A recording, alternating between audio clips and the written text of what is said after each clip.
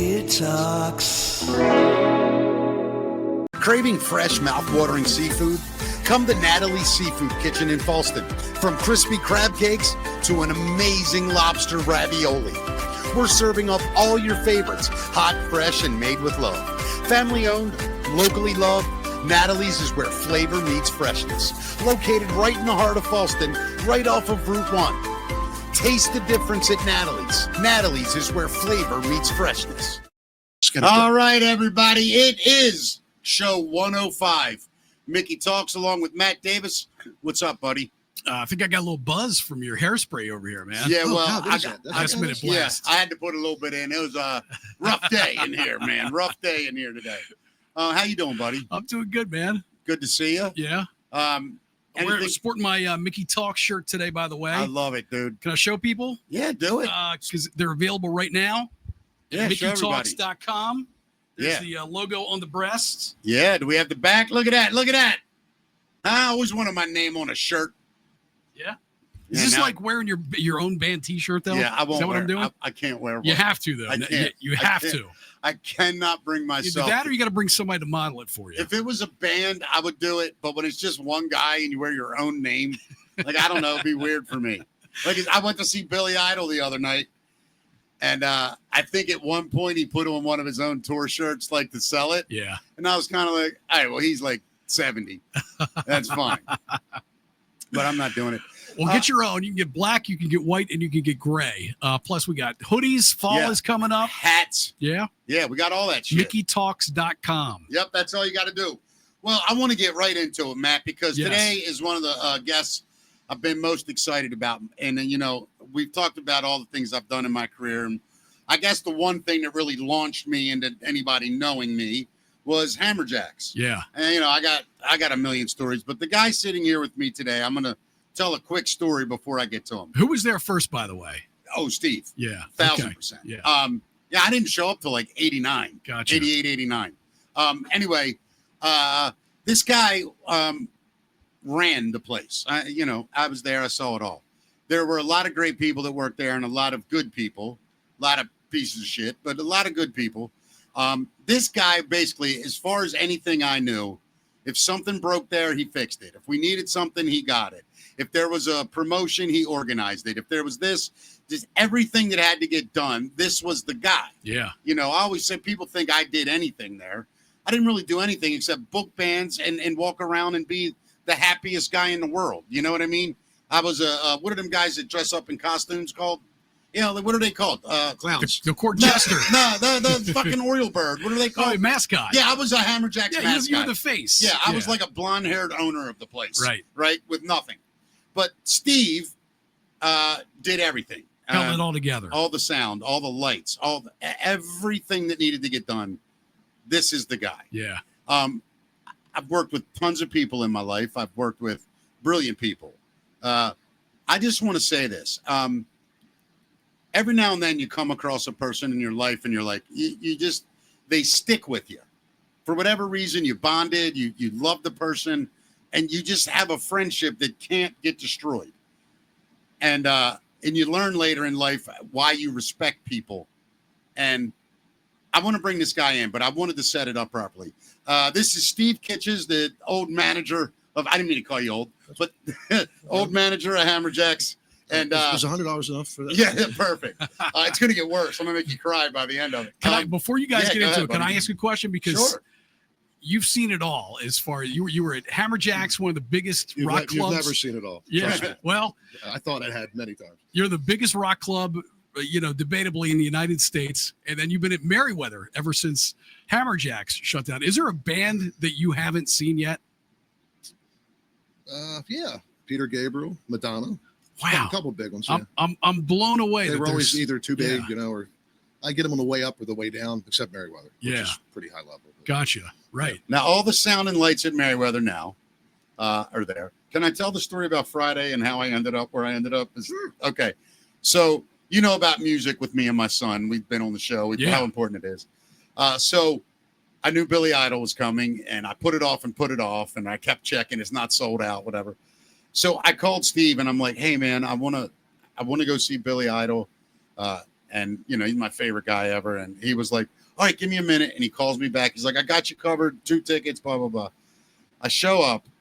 You know the boxes, like the suites. Yeah. I'm in the front one. The one that says IMP. The people that own the suite. Yeah, it's a pretty good view. Dude, and I'm with my son, and it's so special. And we watch Joan Jett. Steve comes up. We hang out. I thank him profusely. I look around. I realize, oh, my God, this was the first concert I ever went to. Was Billy Idol at Merriweather in 84. Well, I didn't realize it till halfway through. Then after 3 songs, I look up and I realize, oh, my God, this is also the first concert big boy concert that I've ever gone to with my son, that it's worked out time-wise. I wasn't doing a show, whatever. And it was just so surreal, and Steve made it incredible. So That's thank amazing. you for that, man. My pleasure. Dude. But let's start from the beginning. What year did you start, like, in town working with bands and shit? How did it all start for you? It was my neighbor who was the guitar player at Mannequin. Yeah. I was looking for beer money. I was 16 on the corner, and he pulled up in the van and said, hey, why don't you come help me load this equipment in? Like, why the hell would I do that? Right. It's free beer. I'm like, hell yeah. Free beer, I'm in. So by the 3rd week, they're glad they had doing lights. When I mean lighting, I mean they got toggle switches on a piece of plywood. You were actually the light guy at 16. Yeah, 17, but not actually until he got drunk the 3rd time I went, and he passed out. So I started hitting the toggle switches, and I had a good time. And the band it was great because it was a good marriage, because the band got bigger, and then I learned more. So as they got bigger, I learned more of the technology, and so I became a lighting guy. Now let's go back, because you went from that. You worked with Child's Play. Worked with Child's Play, Mannequin, Kicks. DC Star. Go ahead. Wrathchild. I didn't work with Wrathchild. DC Star, Mannequin, Charlie Higgs band. I can't think of that. We had a couple of them. I forgot. No, that was Steve Myers. Right. I know the band. Go ahead. Now, when you say you work with him, you were doing I was the like light freelance light guy for I was the them, lighting right? guy. Yeah. And look, this isn't glory. This is driving an old van with a bunch of gear in it that's crapped with milk cartons, and drive the truck, load equipment. And loving every second of it back then. Yeah. It was drinks and women. It doesn't any better than that. That done nothing. And then I got a call from then I went to Maryland Sound, actually. Yeah. I worked for Maryland Sound for a little while. And then Hammerjacks started. But Win Krozak called me and said they need a lighting guy for their concert hall. Yeah. I pictured this giant concert hall. Yeah. I get there and it's basically a giant club. Right. But he had a lot of lights. Yeah. So I took that job. So that's how you started at Hammerjacks, as the house lighting guy. All right. So I show up about, 88. And Louis had me doing the bikini contest in the beginning. And you got thrown out first, right? With your purple hair or something. So here's the first time I ever walked in. I don't remember how old I was. And I just walked in the door. Nobody carded me. It was nothing. I just walked in the club side.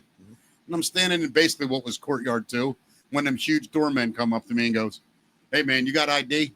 And I go, yeah. And I showed him my ID. It was me. And he goes, you got to be 21. And I go, oh, they said it was 18 or something.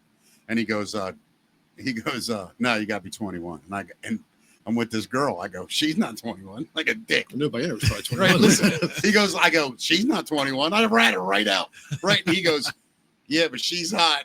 And you look like a little queer. Oh my God. Exactly what he said to me. And I go, all right. He goes, come on, you got to go. So I walked out front, and Ben Fine. Remember Ben? I remember Ben. Ben's standing at the door. And he looks at me and he goes, what happened? Why'd they throw you out? I go, they said I have to be 21. He goes, nobody in here is 21. He goes, go ahead, man. I'll talk to him. I walked in. The guy came up to me 2 minutes later. He was like, all right, dude, you're cool. Don't be an asshole. I started hanging out, and I met Jill. And that's when the whole thing just happened for me. But you had long hair then, right? Yeah, I had long hair. Yeah. It wasn't purple. Was it? No, I'm thinking of Rob Rubik. Yeah. No. I had the platinum blonde shit. Yeah. Los Angeles. Yeah, exactly. So anyway, everything starts happening then, and Steve was running the place then. But Steve, there's so many unknown things about Hammerjacks that I don't think people really understand, because of what a shit show it was, really, day to day, pulling off concerts, cleaning up the night before, 7-hour turnarounds, load-ins. It's a different culture too then. Yeah. Like, people got drunk. Yeah. You don't see that as much now. I mean, there's much more violence. Yeah. Because when we were going to reopen it, I'm so worried about litigation, worried about fights, and everybody's like, it's not what I like anymore. I mean, you saw lawsuits that almost closed the club. we had so many lawsuits that he had 2 whiteboards. Yeah, with all of them on it. With just depositions and lawsuits. Sheesh. It was out of control. Yeah, dude. I mean, you go in there, you get in a fight, and then 3 months later, you get a lawsuit. A guy had a broken eye socket, or you guys had to pay a guy to keep track of the lawsuits. Yeah, it was that bad. Wow. It got to the point where Louis, as the owner, was almost not even involved in the business part of it because he was so busy dealing with the lawsuits. that's when I was Crazy. there. That's when I started. I didn't see Louis for weeks at a time, and I dealt with Steve and Bud Becker when I started. Yeah. And but dude, let's just go back. Have you ever worked anywhere in that kind of environment? Like, does that environment even exist on Earth anymore? I've heard Denny's in some neighborhoods about 1 a.m. Waffle House? Yeah, Waffle House. Yeah. No, not to that level. I mean, that would have been an amazing reality TV show had all that been a thing back then, man. You know, An endless cast of characters. Yeah. Endless plot twists. it would have had to been on a subscription cable service. I mean, girls would walk in the office. How many nights? Just lift their shirts up. Can I go backstage? Oh, we had a good one. We had we did Wet T-shirt every Tuesday night. Yeah, I hosted them for years. And my office was right there by the dressing rooms. Yeah. And I'm married at the time. I think these girls buck naked. And I mean, Tense. nice. Yeah. And there's one girl in particular, though. She was kind of big boned, good looking girl, but big, She comes in buck naked, drunk out of her mind, wants me to cut her shirt for her and all that kind of crap. So she goes out and she does her thing. Now we had a board up front that had pictures of all the contestants in it. So we get a phone call from, I think it was either the House of Delegates or the Senate. what? It was. I think it was House of Delegates. This girl is married to somebody in House of Delegates. Whoa. So they said they weren't asking us not to let her in, Yeah. but they would like it if we didn't put her picture up. They didn't want to promote this, Yeah. So about a week, two or 3 weeks later, she's back in the contest. And she goes on stage, and I thought it was funny, actually. So I'm on the second floor running sound effects. Yeah. And she comes out, and all the guys are cheering. It's 50 Cent draft, whatever it is, and they're all screaming. And she dances, and then she pulls her panties aside and pees. Everywhere. Oh my God. It was like a giant line dance with Yeah. 600 people jumping backwards at the same time. It was And unreal. She just like sprayed. Oh my God. Like on the people, Oh dude. my God. It was hysterical. I thought it was hysterical. We're rolling. Yeah. Just roll. Like, what are we watching? It was hysterical. So Yeah. that went up on the board, I'm sure. Well, years later, I produced Rocky Gap. It used to be a country festival. Yeah. And we call it the politician's bullpen. It was an area for VIPs. Yeah. And sure enough, there she was. It wasn't a story. She was definitely, and she actually got out of control there too. Really? Yeah. Wow. She got drunk and made a ruckus. And yeah. Wow. Steve, what's your favorite show you ever saw at Hammerjack? Like, if you had to pick one where you were like, you'll never see this again. I wish I could have said I watched the shows, but I was hear always you. too busy. Rarely did I actually Really? You never see a show. Right. I was too busy. It's true. What in your mind was the most legendary show that came through Hammerjacks, would you say? Well, we did Ozzy, which I actually Yeah. bootlegged the video of, and there was no audio on it. Yeah. And, Really? Yeah. Yeah, and the funny thing is, the air conditioning didn't work, and I saw him dumping. He dumped buckets of water on his head. He dumped Yeah. it in the audience. Apparently, he'd been doing that anyway. Yeah. This is probably a scoop. Yeah. Maybe I shouldn't talk. No, go ahead. He's So dead, by the way. We're yeah, safe. that's why I'm thinking. Yeah. Okay, No, whatever. go ahead. Yeah. So every concert, you see him pour water over his head. He's peeing himself, Mhm. and that was his cover. So you didn't Yeah. know he was peeing himself. I knew. What? I knew that. Yeah, by the so way. we went to grab the carpet, and the one of the roadies comes out, "Don't touch it." He's got rubber gloves on. I'm like, "What do you mean?" Because he pees. That's what the water. I was like, "Oh." You guys know that Ozzy hit me with a bucket of water at a concert in Philadelphia, Well, it was right? pig. It was pig. No, It was What? No, he didn't. You don't no, understand. no, he didn't throw He buckets of pee his pig. pants. And he, Yeah, but he to dumped it cover up- for to himself. cover for I himself. got For you. the stage. Yeah. Yeah. Okay. Yeah. God rest Ozzy's soul. man. Yes. Yeah, when he played Hammerjacks, I advanced the show with Sharon. Yeah. Yeah. She was a lot frumpier then. Yeah. She Yeah. was- Yeah. Yeah. Yeah. Yeah. And I remember opening the door of my office, and he's on a life cycle with the makeup on. I mean, almost against my door. So I opened the door, and there he is with this demonic stare. I remember it's like looking and shutting the door and going, "Did that really just happen?" Cracked the door open, and there he was. It was like, you never expect to see that. He's on a life cycle. I mean, Yeah. literally No, just it's going down. crazy. Now, did you ever end up mixing a band and you thought to yourself, I can't believe I'm mixing this? Dave Matthews. Really? You mixed Dave Matthews? Yep, and that's unusual because he had the same sound guy, from what I understand, and he got sick. So it was like the day of. They asked me, could I stay this mix? Wow. I didn't know who he was, And I remember. Were you blown away? That I thought it was Tom Hanks on stage at first. right? Yeah, I really get did. it. Then. Yeah, I He get was it. young. Yeah, and I was blown away. yeah. How about the drummer? Yeah, and I just worked with them this summer. Yeah. I even went to the one guy on the crew. He goes, because not many people can say that. Because Yeah, man. that guy just retired apparently. He got a new sound guy or something like that. That's really cool, man. What do you guys remember about the night Guns N' Roses played at Hammerjacks? Oh boy, that's a controversial subject. So my story is different than other people's. I've heard and, several stories, so I'm curious what you're going to say. But I find it funny because I'm the one that was there. Yeah, by the way, his story is the right one. I'm Well, sure. I'm not. I'm down. I'm starting to question it. Well, I found out for sure what the real story is through the band. Was it Slash or was it Duff? I heard it was It was- Slash. It was neither one. It was Izzy. Huh. Izzy Stradlin peed everywhere. In the record booth, I heard. Is No, that what it was? No. Okay, here's No. the story. Go ahead, Steve. I'll tell the whole story. Why is everybody peeing at Hammerjacks, Listen, man? this is hilarious, though. Well, Guns N' Roses, when we booked them, I think it was just as Appetite for Destruction came out. So they were a club level band at that moment. Fast forward a month later, they're arena band, Yeah. but they're already booked, so they're going to play. And I got a call from somebody in D.C. It might have been the Bayou, and they had just had them. And she was like, "Look, just watch yourself. These guys can be trouble." So I expected the worst. So they show up, and their manager was a guy named Goldstein. Very Bobby? Good. No, Doug. Oh, Big Doug Goldstein, the Doug manager. Goldstein. Right. Nice guy, kind of clean guy. He's a security guy. Yeah. And I was his second show with him. And they had gone through, I think, 3 or 4 tour managers in 2 weeks. People just couldn't work with him. Wow. And he just stayed on. He knew settlement. And from being in security, he would actually watch them settle. So he was qualified. Nice guy, very polite. So they come in, they do sound check. And literally, they shook my hand one at a time, walking through the office out the door, thanking us. That's your piece of cake. What is she talking about? It's fine. About 9:30, they come back, and they're carrying, which I know was Slash because he had the hat. Yeah. Because I didn't know who they were. Yeah. And all you can see is this, like, there's somebody on each side of him, and you see his feet just bouncing off the steps as they're carrying him upstairs. Literally wasted, annihilated. And Goldstein's next to me. I'm like, isn't he in a band? Oh, yeah, he'll be fine. What do you mean he'll be fine? They're on in half an hour. He'll be fine. He'll be fine. I can swear I still swear it was Slash. The guy, because he had a guitar on his back. Izzy Stradlin played. He was the rhythm player. But go ahead. Could be right. Yeah. So, and Izzy wore hats too, but Okay. they were more like those big French beret. I can't say it was the. Yeah, gotcha. Go ahead. I know he was a hat and he had a guitar on his back. Yeah.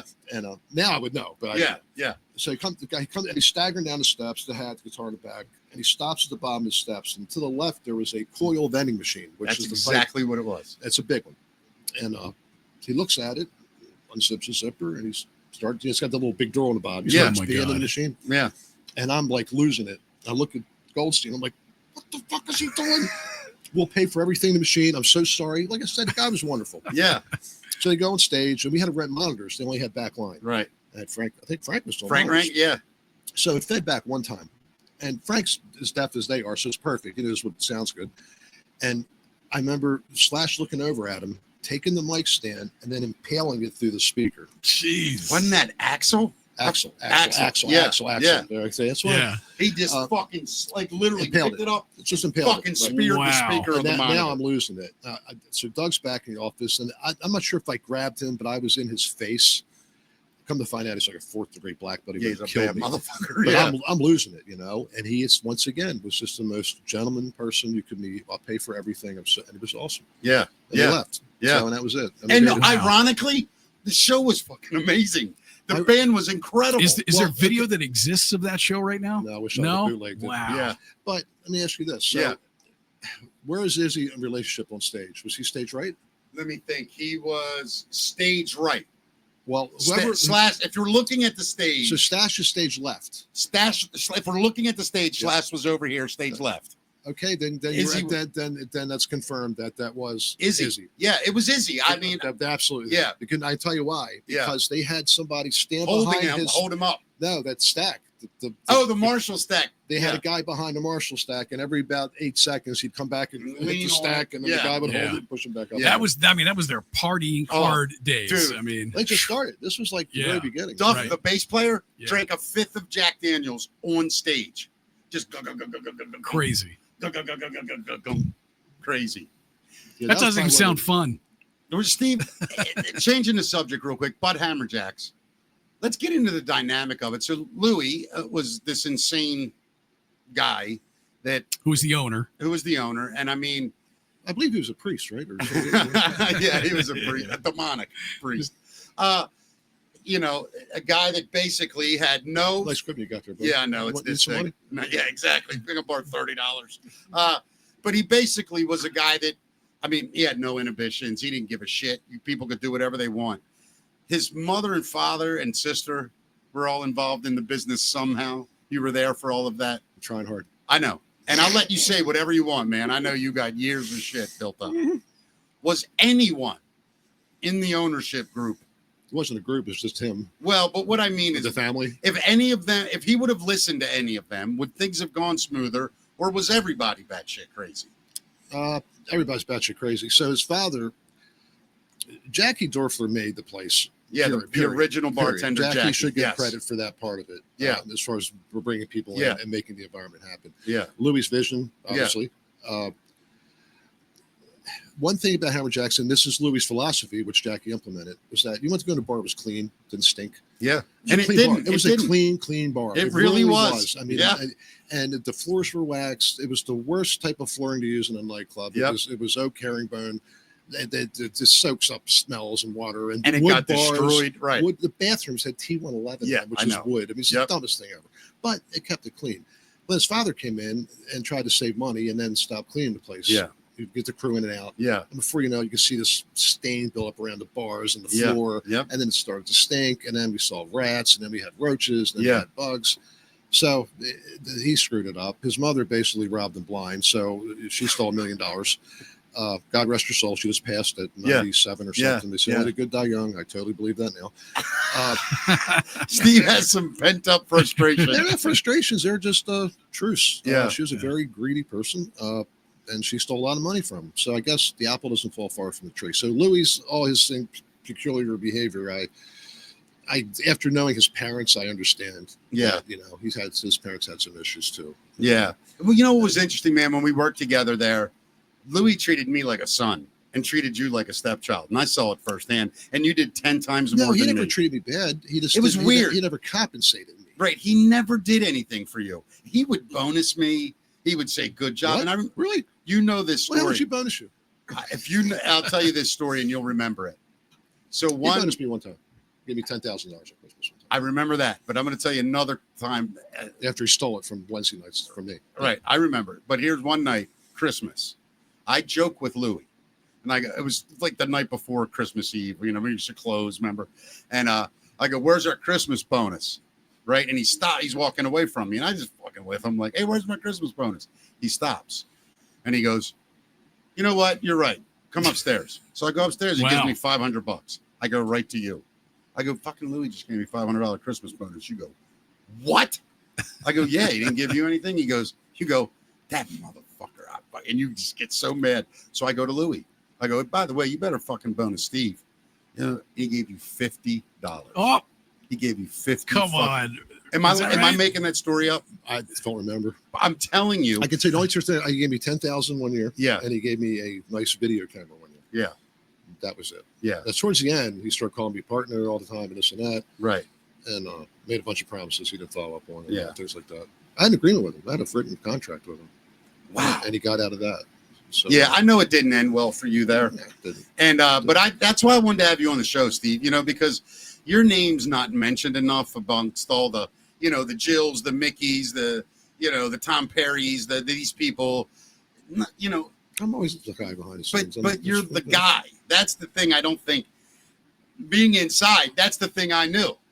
Yeah. If I had any question about, dude, where's Budweiser? Where's the light bulbs? Hey, what's wrong with this speaker? By the way, the door's not unlocked. By the way, the windows aren't open. It was all literally Steve. Yeah. 100%. Right. Holding it all together. And when you're a kid and you're living in fantasy land like I was, it doesn't really, you're not smart enough to comprehend what's happening. Well, I was only 25. I know you're a couple years older than 24, me. Yeah. Right. So when you started, by the time we worked together, I think you were around 30 or close to it. And I was 23, whatever, when we were really working together. But I adored you, Steve. I mean, you taught me work ethic. I'm serious. I watched your work ethic. I watched your dedication, your loyalty, all of that. And we did have a shit ton of fun. We did. Remember the trash can with water out the back hallway by the bathrooms? You tried to get me and you got the cop. Oh. So I knew they were trying to. I got a lot of stories, but I'm constantly being told stories about me that I have no recollection. It's one of the greatest. It's going to get nothing things. but worse as I get older. Yeah, and right now, because this story's hilarious.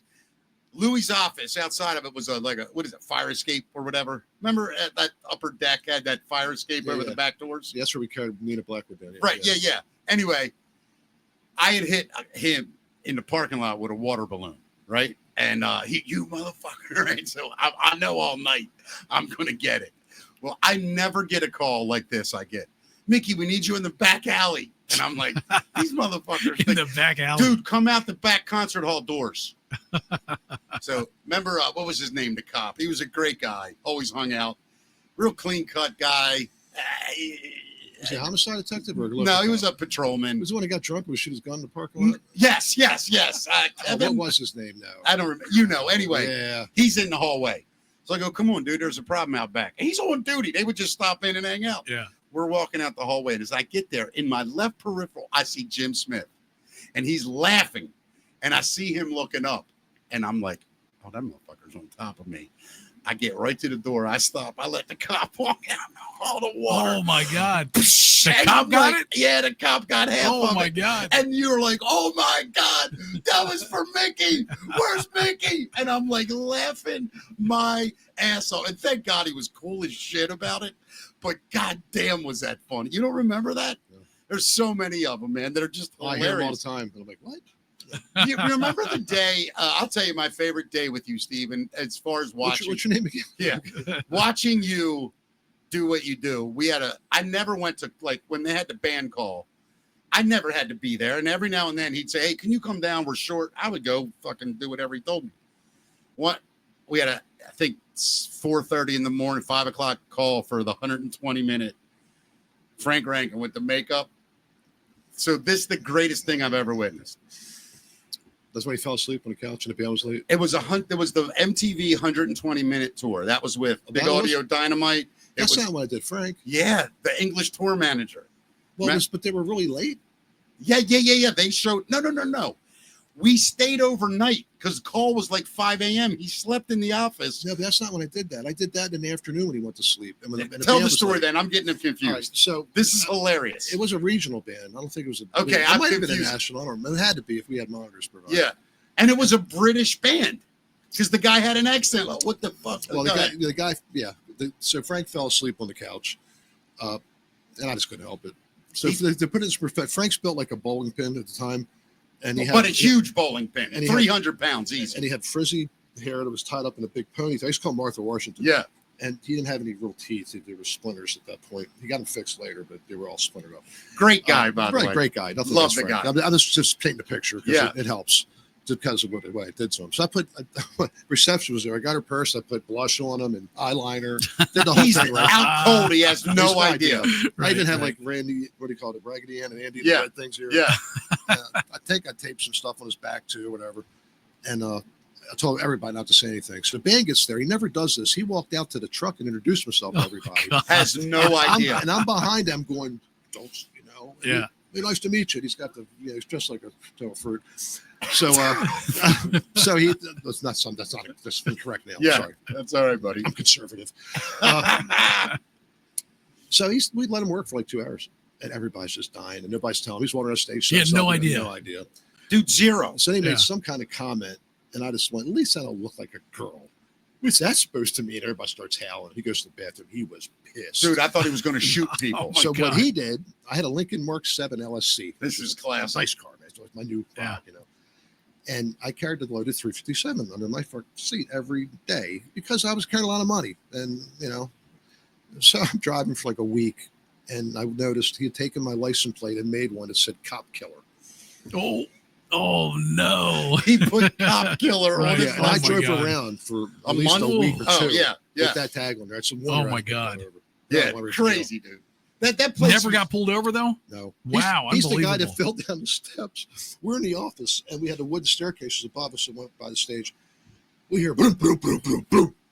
well, what the hell is that? We run out. And there's people in a circle around Frank, and we're going, oh my God, his teeth. We're like, nah, I'm sorry, like that. Yeah, he had no teeth, and people are like, he lost his teeth. And we're like, that was 12 years ago. He's fine. Yeah, he got him fixed. He had a phobia about it. I understand it. Yeah, but he got him fixed. It's all good. Steve, because we were on the inside, we don't understand. I mean, we do understand the mystique, but we don't really follow the sort of cultish following that Hammerjacks has because we know more. But do you understand why it meant so much to so many? Is that lost on you after all these years? No, because so many kids were conceived in the parking lot. Yeah. There's an inherent association. Yeah. No, I don't think it's a place. The first time I ever went to Hammerjacks, I was working with Mannequin. Yeah. And I noticed that there was the Beltway circuit. You could play Maxwell's. Venus, same one. Place, right? Yeah. Coast to coast, Just Seagull, around the Sandbar, Beltway, Network, whatever. And you could make a good living at that. And they were 1,500 seat places, big places. And I noticed the numbers going down. And I kept like, where is everybody? Oh, they're at Hammerjacks. This is when it was on Charles Street, in the corner of the Rowan Bar. I'm like, who's playing? No, because see, then everybody went to see a band. Right. That's why you went. Right. There wasn't anything else. Well look, how many big bands put Hammerjacks in their liner notes on their albums? You know, and that's Hammerjacks. That was after. But at this period of time, Hammerjacks didn't have bands. It was coming together. It was just a bar. It was just a bar on Charles Street before the concert hall. Yeah, right, I got that's you. What I couldn't understand. It's like, well, who's playing? There's nobody's playing. So people are just going there. What's the attraction? It just got that vibe because of Jackie. It was so loud and so intense. I remember walking in, it was just a row house bar, but it had a bridge. So he used all the architectural elements that the bigger place had later. And that's what people don't understand about Hammerjacks. It was so many factors that made it successful. One of them was, and to Louis' credit, was the building. He is a good builder, man. But the psychology in it, it's not just about putting a building up. No, it's you're right. about the flow, your experience. You could go in Hammerjacks at 9:30 on a Friday night when nobody's there and keep yourself occupied. Without a doubt. And he had all these little cycles. So you walked in and you were elevated. And then it dropped down to the front bar. Then it elevated. Then it dropped down to the rest of the club. So when you walked in, you looked over that sea of people. There's a psychological element. It was wild, man. Because most places are flat. You walk in, all you see is the people right here. You don't get. You got to scale the minute you walked in the door. You saw down the line, and then you went into the mixing bowl. That's interesting. So he thought all that out, huh? I don't know if it's intentional, because basically he replicated the bar on Charles Street. Scaled it down, and then obviously improved on it. Yeah. But that was the whole thing. You had the balconies where you could look down, and the people became the show. So that was the difference. You go to most bars, it's a flat room. You look around, there's people drink over. There, you went to see the place, number one. So you go up the staircase. They were small wooden steps, which there's no ADA then. You could do whatever you want. And then you look down, there's a balcony. And then you look down at the bar, and you're watching the bar. You're watching that guy make his moves on this girl. You're watching this drug deal go down, whatever. You had entertainment. Yeah. And then you walk back further, there's another bar, another thing looking down. That bar was different, had a big ceiling and neon. And you go to concert hall, the same theory applied. So they called it the hamster maze. Yeah. And I don't see anybody do that anywhere. And I've been to New York looking at all these other clubs in Philly when we were going to reopen the place. Yeah. And that's where they're missing the boat. And I just walked in, and they're proud of these places. And they're going, look at this. And even Kevin Butler's like, yeah, it's great. I'm like, no. I said, this is wrong. The bar shouldn't be there. This should be there. And why isn't it's crazy. That's a fascinating take, man. That I went there for years. You guys were there longer than I have, but never thought about that. That was the genius of it, I thought. And the fact that like the fire marshal came and said the time, he goes, did his family die in a fire? I'm like, no, why? He goes, this building is so overcode. Yeah, it's crazy. We had so many exits and fire escapes. And that also is kind of a factor. End of the night, you don't feel like you're being, it's just, there was more exits, more egress, it was bright, it was open, it was clean. It was just had this ambiance about it. It was made with good materials. Like most places, they paint the walls flat black. And now it's even gone a level. Now nobody finishes the floors. They do the shit. I agree it's with like you. the building's not done. I agree with you. And it had the beautiful, those parquet floors are expensive. And they were hard to maintain, but he had them and it looked good.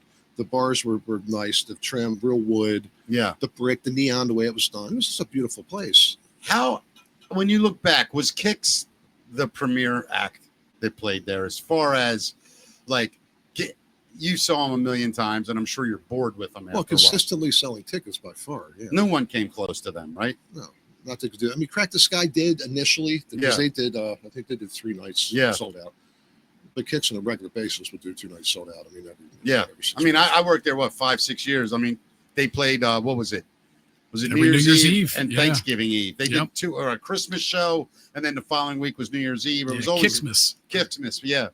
I'm telling you, all the personalities you had to deal with, tour managers. But who's the biggest asshole you ever met, as far as musician? We'll leave Blackie Lawless. Musician would be Gary Moore for what he did. What did he do? He was playing on the concert side, and we have Mike Brohart. Yeah, Mike used to work at Best Products when I yeah. Mike's a music genius. He knew Gary's music. Right. He had a set list. He knew what his songs were mellow. Yeah. Because that's the problem. The club was butt to butt with the concert hall. Yeah. Which causes a problem. Yeah. So he knew Gary's playing the ballad. He'd bring the music down to something soft, blah, blah, blah. And so I think he played 3 or 4 songs, and he heard the thump next door. Barely. Just a couple seconds. Took his guitar off, walked in the record room. He spit on Carl Hayes, the security manager. Big black dude. Yeah. Carl was built like a fire. Carl was wider. He was as tall. He was big. Yeah, I remember nicest Carl, guy. actually. And Carl's a great. The nicest guy. He became a city policeman. But he had more. He's a perfect policeman because he had more patience. Somebody spits in my face. I don't care if it's military. So, you're getting drilled. And this guy, he held his composure. He didn't lose it. And then Gary Moore took a beer and threw it on the turntables. Yeah. And then walked out. Wow. That's the only band I ever paid in advance. Is that right? Wow. Awful. I never had to. They all knew Hammerjack. They're getting paid.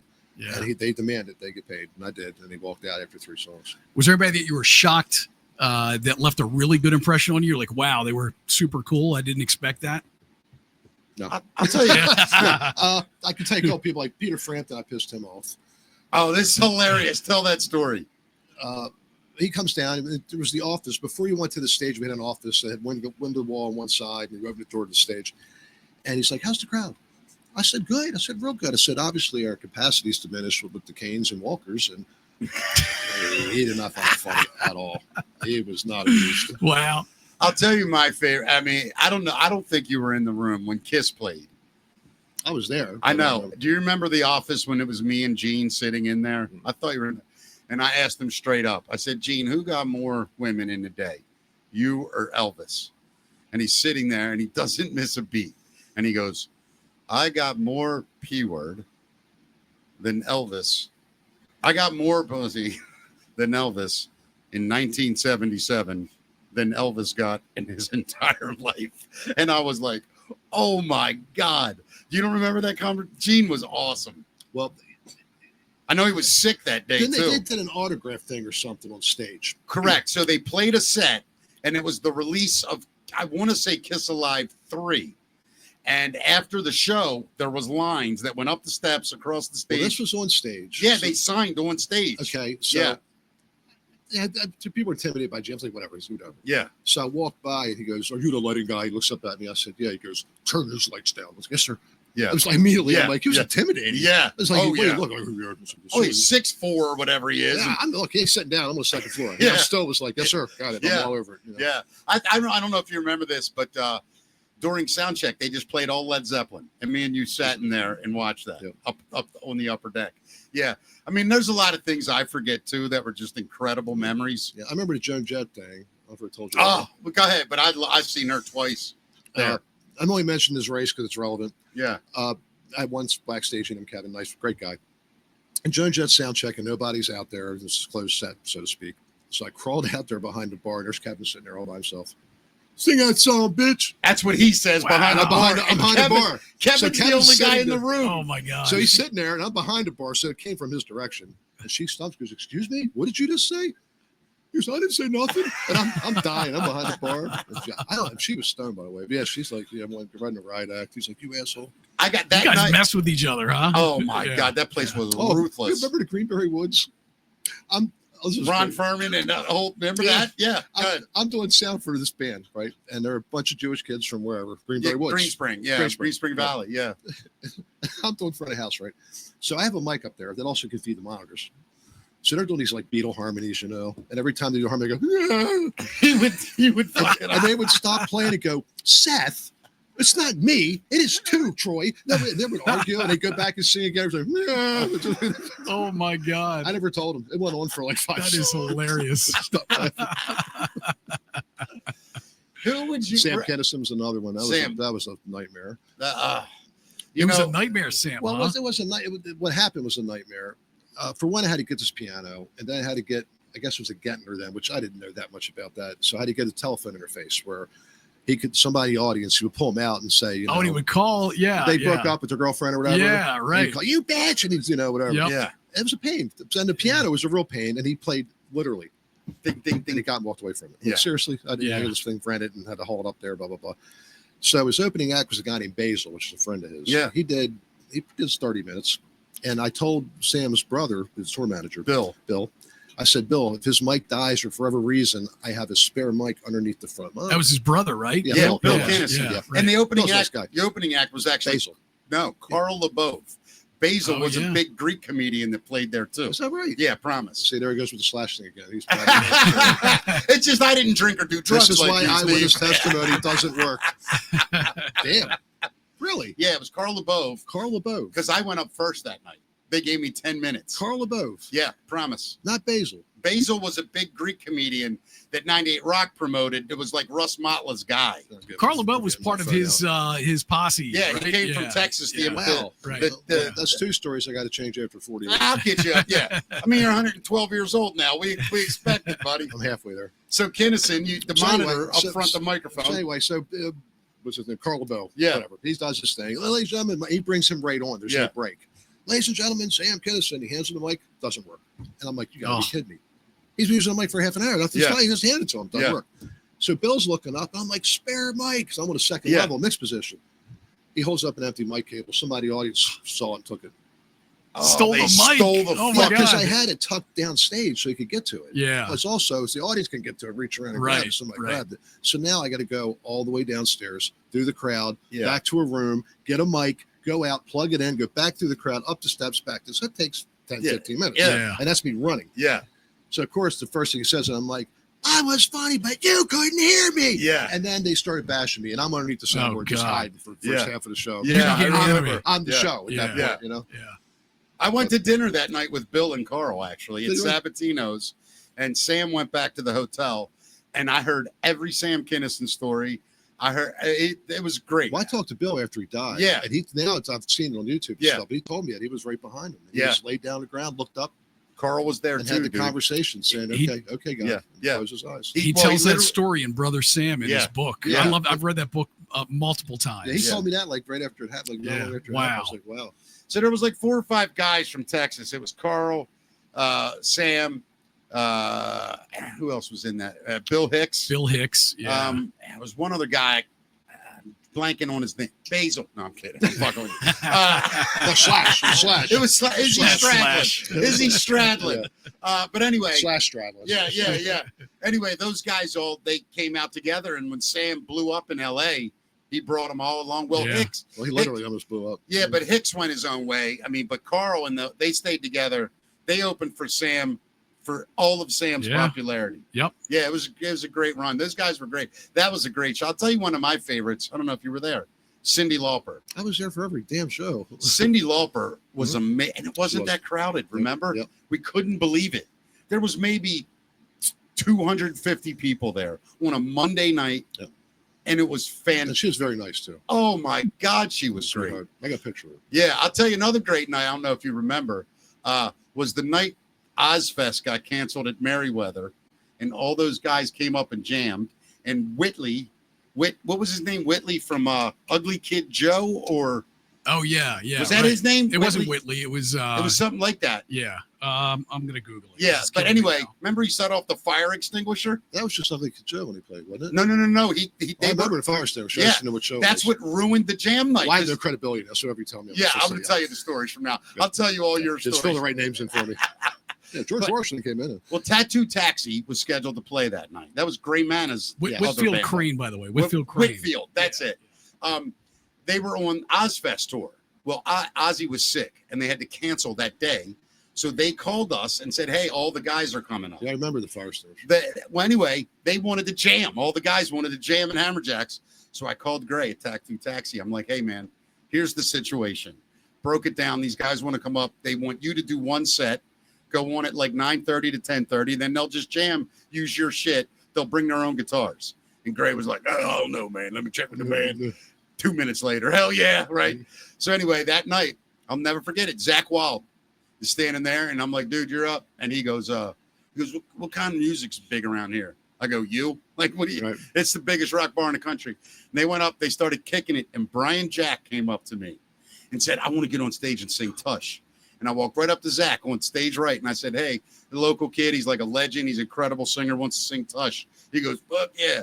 He got Brian up, and he kept Brian up for like 4 songs. Nice. Oh, sure. Yeah, I think you mixed it, honestly. I think you were mixing it. Now I'm really getting scared. Yeah, I'm serious, man, because I remember going up to the soundboard. Do you have any children anywhere?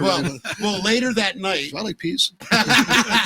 Later that night, Whitley from Ugly Kid Joe's back in the hallway, all fucked up, sets off a fucking fire extinguisher, and it filled the whole fucking bar. It gets in your blood. Yeah, and we had to close at like 1:10. Yeah, and then you saved him from getting arrested. I remember that. God, tell me. I want to know. No, it's the truth. You're out back, and the cops are like, "Is this him?" And then you stepped up and said, "We're not sure, but we're fine now. It's cleared out. Just get everybody out of here." And the cops looked at everybody like, "All right, everybody, get the fuck out of here." Yeah. And everybody went home, and that was it. And then the next day, Russ Motley got a call from that label, and they were like, "We want to apologize to Hammerjack. How do we get a hold of whatever?" And I think they called Louie but it was you they should have reached out to. But yeah, it was some wild shit those nights. I want to ask you guys, do you guys remember when Brian May of Queen played the club? I do. I remember that because it must have been before or after the show. I forget what it was. My program director from 103.1 The Underground at the time was just walking me in, and he goes, you know who this is, right? And I look up, and he's like, and he's saying Brian May from Queen as I saw him, and it was probably the most starstruck I've ever been. I had a second chance to shake his hand and say hi to him. Yeah. But what was that night like for you? What do you guys remember about that? All I remember was he was wearing clogs. I never seen a man wear clogs before. So that was the one thing that stood out. But that's all I remember. Yeah. I mean, there's so many weird, like when you say something like that, it brought that back. And I'm like, I forgot. It made me think of this. The very first time I met Joey Ramone, I was a huge Ramones fan, and they played there, 3 times a year for 10 years? They were nothing like you expected. Nothing. Whining Jewish guys. Oh, my God. But hilarious. But the funniest part, they're coming down the back hall, and I'm standing right there outside the office by the vending machine. He comes in, and I look right at him, and I go, wow, you're Joey Ramone. He goes, ain't it cool? And he kept walking upstairs. That's cool. And I was like, oh, my God. Ain't it cool? I think I saw them there a couple of times. Oh, they were amazing. I asked him how often he practiced. He was, I'll pick up his goddamn guitar so when I go on stage. He was all I heard, but their tour manager is named Monty. Yeah. And all you heard all day was, Monty, we need towels. Monty, the dressing room's cold. Yeah. Monty, it was just they were pre-Madonna, whiny little Jewish boys. And it was hilarious. And then Tom pulled security out of the pit. Yeah. That was the funniest ever. They were complaining that on the encore, he comes back. He goes, your security is beating these poor kids. And there was a guy out there who spit on him. This guy deserved a little ass whooping, to be honest with you. So, okay, no problem. So they meant to get on stage. Tom pulled security out of pit. It was like an ocean of people coming up on stage. They ran off stage. Their hair's messed up. What happened to security? They were beating those poor kids. Yeah, we got them out. We wanted to save the kids. That was hysterical. Now, the last three I'm going to make you tell before we get into our news. Dude, you're going to love this. Yeah. You have to tell the Vince Neil story. Who? Vince Neil. Who's that? Shut up. Vince Neil. I can really use this to my advantage now. Singer of Motley Crue during the Dr. Feelgood tour. So we're talking about 92. All right. So to set it up, Motley Crue would always come to Hammerjacks before they played the arena. They didn't play at Hammerjacks, but they would hang out the night before. And there was always trouble, especially Vince Neil's security guy. Yeah. He just liked to fight, I guess. I don't know. So he gets thrown out of Motley Crue. I get a call, very condescending, arrogant call from his tour manager. Oh, yes, I'm with Vince Neil, and we were coming to, we'd like to have VIP entrance and seats. We don't have VIP seats. We don't even have seats. Not to mention, I don't even want them there because I had enough problems, Yeah. So I thought about it. I said, all right. So I opened the back where the back door is. That's where we kept all the cans, the stench of the beer. There was a big drain in the middle, probably a dead rat in the corner. Dude, it was a back hallway to the exit door. It was just like the shittiest thing you can walk through. I took a trash can, turned it upside down, found a broken piece of sheetrock, put it on top. I went in the receptionist trash can and got some dead flowers, put them in a vase in the middle. And then I went and got Motley Crue CDs and put them in a circle around the flowers. Oh, my God. And then put a seat there. So like 10 minutes later, get a knock on the door. You, Steve? Yeah. Oh, yeah. Where's our seats? Right there. He looked at me, and he's like a real serious look. He goes, "You're kidding, right?" Like, there's no fucking jokes. Have a nice night. And walked away. Wow. By the way, you know who had to bring him in? Mickey. So then they walked down, and I'm watching this whole thing unfold, and I'm letting the guy walk in. He goes, "What the fuck's his problem?" You had no idea. I knew. Yeah. But I had to, be the nice guy. So he's like, "What the fuck's his problem?" Yeah, we're not used to people to give it back to him. Right, exactly. So I look at him and I go, I just said to him, I go, "Dude, this is just a straight rock bar, dude. Yeah. There's a front door and you stand in front of the stage. We don't have a VIP section." Vince goes, "Dude, just get me in." And we walked him right into, I did set him up, stage right or whatever, monitor area. Good for you. Yeah, I know. He was mad at me later. "Why the fuck you let him over there? Motherfucker, fuck him." Right. Exactly. That was hilarious, Play man. that shit. That's a guy from Blackie Lawless from Wasp. Oh, this. Dude. No, tell the story. So my runner didn't show up or whatever. I had to pick him up at the hotel. So I drive over. And a runner, for people that don't know, is basically the gopher for the rock stars. Run to the store, run to the hotel, pick that guy up. So run over there and pick up that cable, whatever. So I had to go to the hotel and pick him up. So I go, and the guy gets in the van. This is tour manager. "Yes, have you ever driven for Blackie before?" "No." Don't ask me for an autograph. Don't look at him in the eye." I said, "Look, Tim, let me tell you something. I don't give a fuck about this guy. I don't know who he is. I could give a shit." I said, "My runner didn't show up. Okay? Don't worry, I'm fine." So we get there, and the guy's making a big deal about everything. And remember when he did the encore? I'm with you in the office. Pals? Are you talking about the dude? This is so great. This guy, his delivery is so bad. It's like everything's got to be just like, talk to you like you're a piece of shit. It's literally like he's the handler that. For the Queen of England. Right. And it's all about that. I mean, it's just be a nice person. You don't have to talk like a piece Steve of shit. would give you anything you asked for if you were a gentleman. Humble to be a good person. Like Les Gonsalves used to say, humble to the humble and flexible to the arrogant. Right. I kind of live that. Yeah. So this guy's like, "Listen, I want everybody out of this office." And the office was basically 2 sofas, a couple chairs, a desk, right off the stage. And that was where the bartenders and people hung out or whatever. But the bands used that for their, freshen up room before going back out for an encore. Mm-hmm. So I understand getting him out there. And it could have been said very nicely. I would have did it anyway because that's protocol. No, he's like, "I want all these people out of here right now." And it's all bartenders got to go. Close the door. He goes, "Nobody touch these goddamn towels. You understand?" Literally, he's got towels set up on the desk. That was it for me, So he went out the door. The minute he did, I ran it. All the bartenders, I ran to grab the towels. And I threw them down the hallway. They just run all over the floor. And he comes back in. "Where are the towels?" Like, "Fuck you." But Blackie Lawless, what a douche he was. Yeah, I didn't have to deal with him. I just had to deal with his douchebag. Oh, he's also the guy that he was such a dick. They made him carry up a wardrobe box. Now, the dressing room stairs are about this wide, and then he made this weird turn, and then another steps, and a landing, and another set. It was literally 3 floors. Right. He went up. Yeah, and it was not meant for cases or anything else. I mean, it's 2 people abreast could barely do it. He's got this big ass wardrobe case. I got 4 guys that are trying to get it up the steps without killing themselves. So he comes up at the end of the night as they're packing it up. He's like, "Make sure this thing stays upright and doesn't tilt." And just talking to him like they're dirt again. Yeah. The minute he left, they went down and got all the leftover lunch meat. They were off for 2 weeks and threw it in the case and closed it. Uncooked food, loaded it in the case, and then they kicked it. They kicked it up top, so that thing rolled down every single flight of steps before it got to. Oh my God! It was fucking hilarious. Yeah, don't fuck with us. Right? Oh God. Oh, Steve, I could do this all night, man. But let's do a little business here. We call it the news. The rest of the world calls it something else. Go ahead and fire it, Matt. What if your morning coffee held a secret? Well, in the world's blue zones, where people live exceptionally long and vibrant lives, our beans are born. This is Coffee Belong, a rich, smooth coffee grown from a tradition of wellness. It's more than a drink. It's a sip of happiness. Taste the secret. Find your happiness at coffeebelong.com. Yes, it is coffeebelong.com, bringing us the world's most informative show on the internet. We call it That's the Facts. Matt, Steve, feel free to chime in. Yeah. They're just news stories from all over the world we just talk about.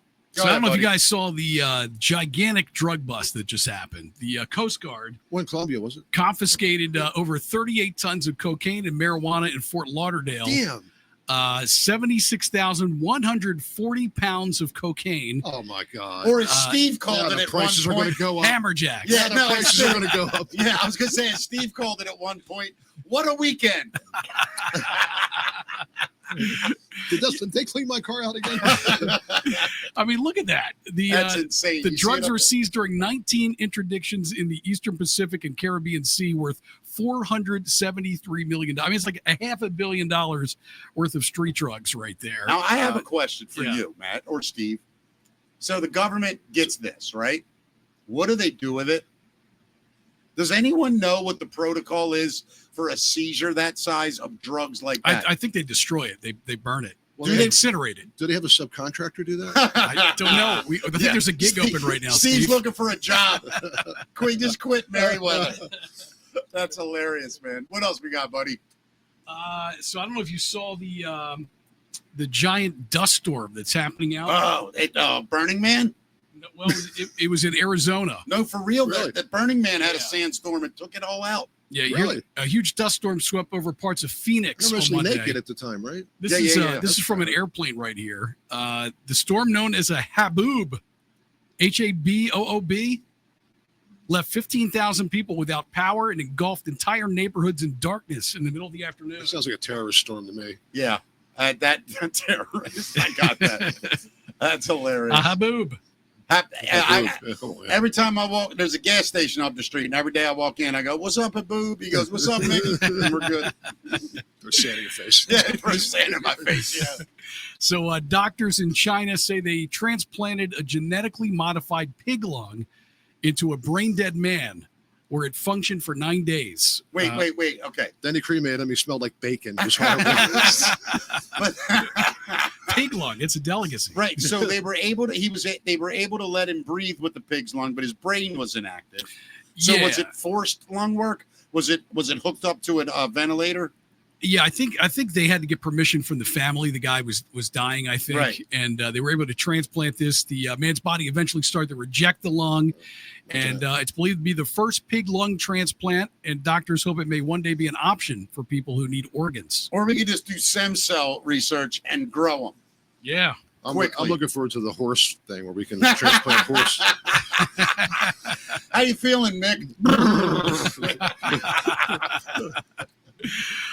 So, man, I'm back and forth on these weight loss drugs here because they're saying now there is a possible link with weight loss drugs and cancer reduction. So this study was just published, and they're saying that the use of GLP-1 drugs such as Ozempic and Wegovy showed the risk for overall cancer dropped 17%. In fact, they say the risk of some cancers dropped even higher, with ovarian cancer going down 47%. That's insane. And in addition to that, because I'm on Mounjaro because of my diabetes, they're also finding out people aren't having heart episodes at all. Like, really? Yeah, you're not fucking around. I thought you were setting up a joke. I am dead serious. Oh, all right. It's not people on Ozempic and Mounjaro aren't having heart attacks or any type of heart episode at all. Wow. They don't understand why. It's also anti-inflammatory. Yeah. So it's Well, it's what's amazing. I mean, I'm hearing all these other crazy stories too. Like people are going blind on this stuff, and then they get something like called frozen stomach, where they literally can't hold any food down. They just vomit food out all day. I've heard that too. I haven't had any problem. I've been on it for probably a year. I haven't had any. Well, you're on it for the right reasons, right? I mean, what it was designed for. Right, exactly. Yeah. So I don't know if that differs in somebody using it for weight loss or. Yeah. I guess if the body doesn't present like with diabetes, the medicine's working to that. Very low blood sugar. Yeah. But it has a lot of other benefits. They don't understand why it's happening. Well, like the heart thing. I think in the next 5 years, especially with AI, shit's going to disappear from human. So are we. So I know. Steve and I were talking about it the other night on the phone. Like, we're heading to a doomsday that we can't imagine. Faster than you think. Yeah. Well, the robots are coming. That's for sure. Well, United Airlines had to cancel a flight after a passenger smoked pot in the bathroom. Was the pilot get too high to fly? Yeah, exactly. Well, he was kind of worried about it. The flight was delayed due to technical issues, and it reportedly made one of the passengers restless. The bum was clogged. So he goes in the bathroom. The pilot decided to cancel the flight, and he announced to the passengers, he said, I'm not willing to risk the next 30 years of my career over a drug test. So I guess he was worried about secondhand smoke. Yeah. Oh, I get it. Yeah. Wow. I will say this is interesting, though. There was a pilot that I'm trying to remember the airline. It might have been United back in the 70s and 80s.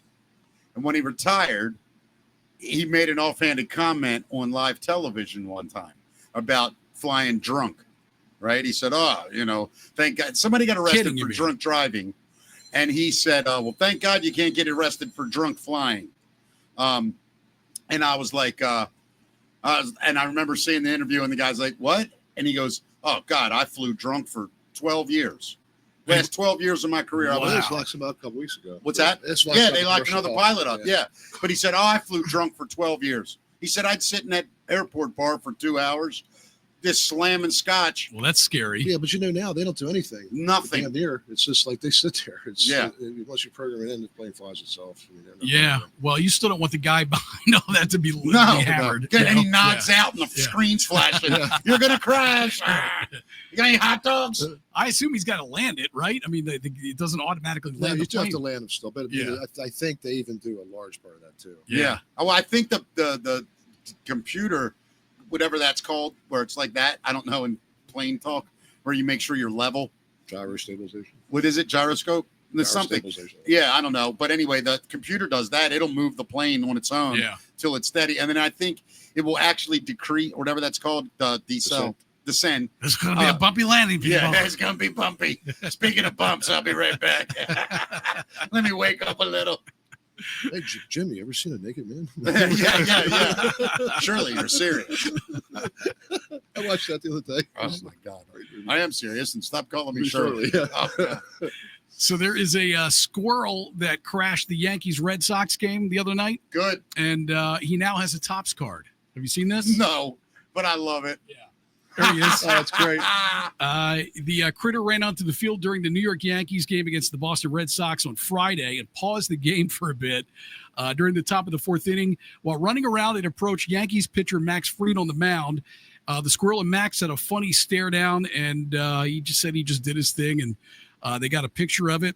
And the Topps card, which reads, "It's nuts. Furry friend takes mound at Yankee Stadium," sold out yesterday. The fact they didn't name that squirrel D's nuts drives me crazy, dude. However, I will say the squirrels, I don't know why, I love watching them. I could watch squirrels run around for hours. They're just so they're like watching crackheads. Well, I want to be friends with a squirrel, man. Yeah, I've told you how to do it. Figure it out. I gave you the fucking DNA how to do it. You did, but you're gonna have to come over and do it because when I got to move in your house for 6 weeks. You got to move in my house for 6 weeks. Yeah, I'll do it. Fine. Thank you. They're the most undecisive animals on the face of the earth. It's unbelievable. Yeah. And when name an animal, you come up with a card. They're like, "Oh, no, this way. It's ridiculous. You're right. The way they stands move there and gets hit. Dude, what cracks me up, it's almost robotic. Yeah. Dude, but what cracks me up is they're in full sprint and decide for no reason I got to make a hard left here. Just right in the middle of a field. Oh, well, fuck it. I'm going this way. I can watch them all day, man. Yeah. So there is a Canadian politician who broke a world record by wearing the most neckties. Her name is Marwa Rizqui. She's part of the National Assembly of Quebec and earned a Guinness World Record recently with a unique stunt tied to celebrating her tenure in office. Let's see this one. That's her squirrel. Hold on. Well, they're both kind of squirrels. You get down to it. There we go. There she is. While on Canadian TV series Infoman, Rizqui put on a whopping 360 neckties at one time, beating the previous record holder by 30. You imagine her husband, listen, I'm going to tie you up this weekend. We're going to have, and she's like, really, amateur? You brought 2 ties to the bedroom. What I want to know is, can you just make up your own dumb world record? Yeah, of course. Yeah? You know, I have a world record. What? You're in the Guinness Book of World Records. 100%. There's people shorter than you. Barely. But honestly, we broke the world record for the world's longest continuous comedy show at Magoobies. I was I was the first comedian on. I was the only guy to go up multiple times, I believe. I think I went up once to open it. I went up one time at 4:30 in the morning, and I went up another time at 10 at night, and we closed it. So I was the first, the middle, and the final comic. How long was it, though? 3 days, I think. Really? 2 days. Did you eat? Did you go home? Did you come back? No. It wasn't one comic on stage. Just continuous show. Continuous comedians. There were guys came down from New York, Jersey. It's when I basically destroyed Tom I Myers. remember this. Yeah. And so I literally have I mean, I don't know if it's been broken since. Yeah. I don't know. Did you get a plaque or anything? I didn't. I think Magoobies did. But I got an idea for a world record that we should do. Yeah. I don't want to say it because I don't know anybody else to try to accomplish it. Podcast? Maybe. I mean, that we could do that. I wonder what the longest is. Yeah, I don't know. If only there was a device. Yeah, that's a good question. Where you could look up shit like that, Steve, and get answers. That would be awesome. Wouldn't that be incredible? Let me look it up. I got a fun one that's kind of Maryland related that I want to tell you off air, and we'll see if you're down for it. We got to get enough people involved with it. I'm always that would help ready. Us out. Yeah, I'm always ready. What's it say about the podcast? 153-hour marathon podcast. Well, how many 1st, days is that? 30. Wait. Okay. 150 the marathon. Same host? I'm reading it. No, multiple. Single host. It's almost a week. In a solo attempt, 36 hours. Okay. Well, we could have did that, except they just got that damn boat. By the way, I'm doing it. All right. I'm doing it in 2026. That is, I'm going for the world's longest podcast. We're going to be like hallucinating by the end of this thing. It's going to be fucking hilarious. Yeah. And I bet that guy didn't do it live. Yeah. That guy didn't do it live. Yeah. He recorded it live, but he didn't air it live. Oh. I'm starting the camera. Well, how can they can't? How do they validate that? You can edit. No, you could tell. You could roll data will show in order for it to be an official record, you got to have somebody from Guinness World Record be there. So somebody could have sat there. That's fine. Yeah. But yeah, dude, we'll do it whenever you want. All right, I'm in. Yeah. Yeah. We're gonna be 36 hours. Yeah. We'll go 2 days. We'll go 48 hours. Let's go 36 hours in 1 minute. Let's just break the fucking record. Right. Go home and sleep for a week. That's true. Yeah. Maybe we end it. Maybe we can AI generate you. Yeah, that's what I'm thinking. What if we did it live somewhere where people could come hang out with us? Well, we kind of have a place we can do that, right? 100%. Matt's a genius. Yeah. All right, moving on. What else we got? Let's do another story. So I love this. There was a guy who pretended to be a motorbike at a council meeting. I got video of this. It's there was a motocross track in Cecil, Pennsylvania, and they made so much noise that a meeting of the township was called to discuss it.